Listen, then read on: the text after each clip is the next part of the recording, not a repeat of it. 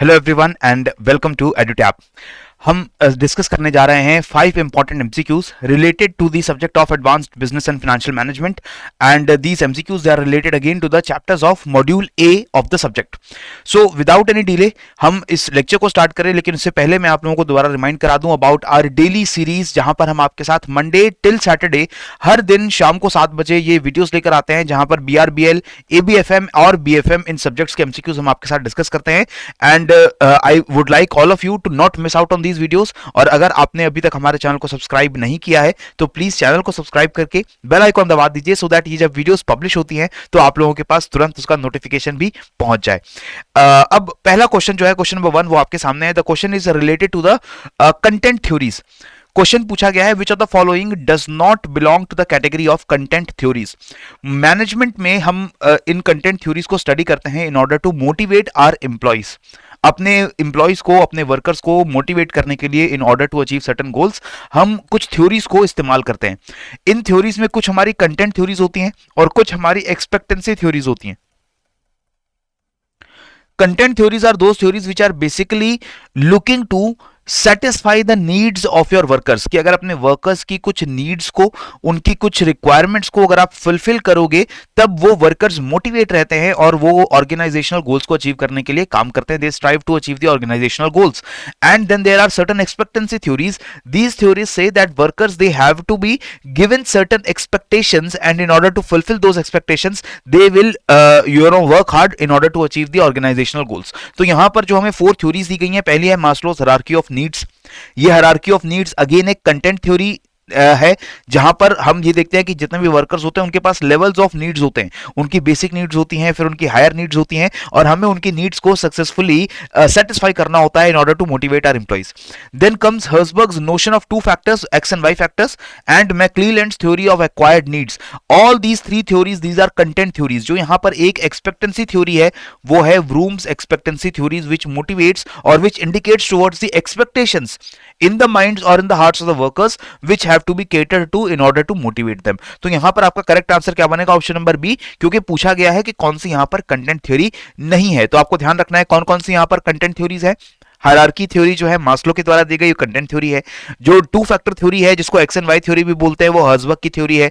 और theory of acquired needs which is the McClelland theory, this is again a type of content theory. The Vroom's expectancy theory is not a content theory. Okay, next, मैं आप लोग सभी लोगों को और आपके colleagues को और आपके पेयर्स को whoever is participating or preparing for the JIB examinations for the upcoming cycles, I would like to again remind you that EduTap has launched this master course for the JIB exam। और इस course में आप लोगों को, अगर आप इस course में एनरोल करते हैं तो आपको अभी एक स्पेशल डिस्काउंट मिलता है 75% ऑफ का, जो आप अभी अवेल कर सकते हैं। So do not miss out on this course. This course has been designed keeping in requirements and needs of all the JAIIB aspirants in mind. यहां पर हमने अपने कोर्स की लेंथ को काफी ड्यूरेशन को शॉर्ट रखा है, ताकि आप कम समय के अंदर वो इंपॉर्टेंट टॉपिक्स पढ़ सके जिसको पढ़ के आपके 50 मार्क्स आते हैं। इसके अलावा the videos, the length of the videos, they have been kept very reasonable. The number of MCQs questions that we are providing along with every subject, हम आपको 10 फुल लेंथ मॉक टेस्ट देते हैं हर एक component का। इसके अलावा हर chapter के साथ हम आपको चैप्टर वाइज क्विजेस भी अवेलेबल करवाते हैं। So all in all we are giving you around 14,000 MCQs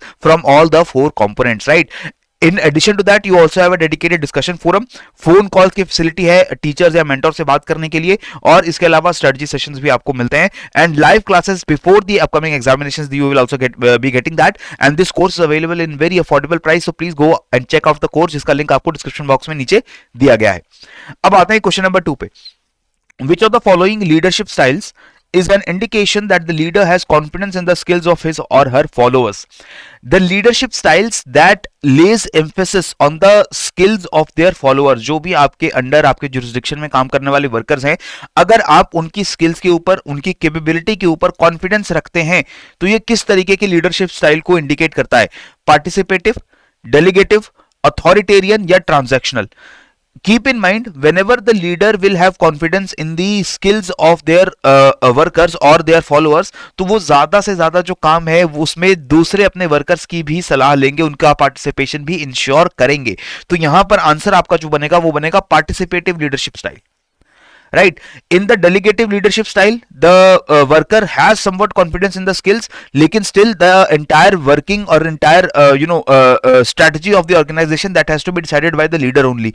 Authoritarian में हर काम जो है वो लीडर के द्वारा ही किया जाता है. लीडर डायरेक्शन देता है, लीडर इंस्ट्रक्शंस देता है अपने वर्कर्स को कि क्या करना है, कब करना है, and the followers just merely follow the instructions, right? Transactional में the certain activities they are done by the leaders and certain they are being done by the workers, but usually the most important activities they are being done by the leader itself. तो इस वजह से यहां पर answer आपका क्या बनेगा? The participative style of leadership. Next comes your question number 3. The factors that an individual values and strives to accomplish are depending on what? On what factors? Which are the factors which basically a person will value and he will strive to or he will try to accomplish? It will depend on whether or not the connections between the means and ends are clear. अगर workers को clear है, clearly they have this idea that what are the means to achieve a particular goal and what is the end of achieving that particular goal. अगर उनको ये relations clear हैं, तो उनके factor जो हैं वो उनको पता रहते हैं, वो उसको achieve करने के लिए motivated होते हैं. The anticipation that a higher level of performance will be accomplished successfully as a result of increased effort. ये समझना कि अगर आप increased effort देते हैं, आप ज़्यादा effort अगर करते हैं, तो उससे higher level of performance achieve किया जाता है. Now this is something which is actually true. The workers they have an anticipation कि अगर वो ज्यादा एफर्ट करेंगे तो उनकी परफॉर्मेंस बेटर होती है, और ज्यादा अगर बेटर परफॉर्मेंस होती है तो ऑर्गेनाइजेशन का ज्यादा फायदा होता है. ये एक ऐसी चीज है which is basically deciding what are the factors that the workers will try to achieve. अगर उनको पता है कि उनका एफर्ट ज्यादा होने पे उनकी परफॉर्मेंस भी बेटर होती है. It also might depend on successful execution of the task, लेकिन this is not necessarily true. It is provided with the essential assistance in the form of direction and training. This is also done, लेकिन again वो particular individual किस factor को value करेगा या किस factor को accomplish करने की कोशिश करेगा, this can not perfectly be instilled only by training and direction. ये चीज उनके अंदर से आनी चाहिए, ये मोटिवेशन उनके अंदर से आनी चाहिए, ये अंडरस्टैंडिंग उनके अंदर होनी चाहिए कि once they put extra efforts, their efforts will be translated into increased performance, which will again be translated into greater benefit for both the organization as well as the worker, right? So correct answer here will become option number B. अब आते हैं question number 4 पे. Which of the following types of leadership allows for the least amount of input or feedback from the workforce? अगर workforce से सबसे कम least amount of आपको input लेना है, workforce जिससे आप काम करवा रहे हो, लीडर अपनी workforce से कोई भी feedback नहीं लेता है, कोई input नहीं लेता है, तो इसे किस तरीके की leadership style बोलेंगे?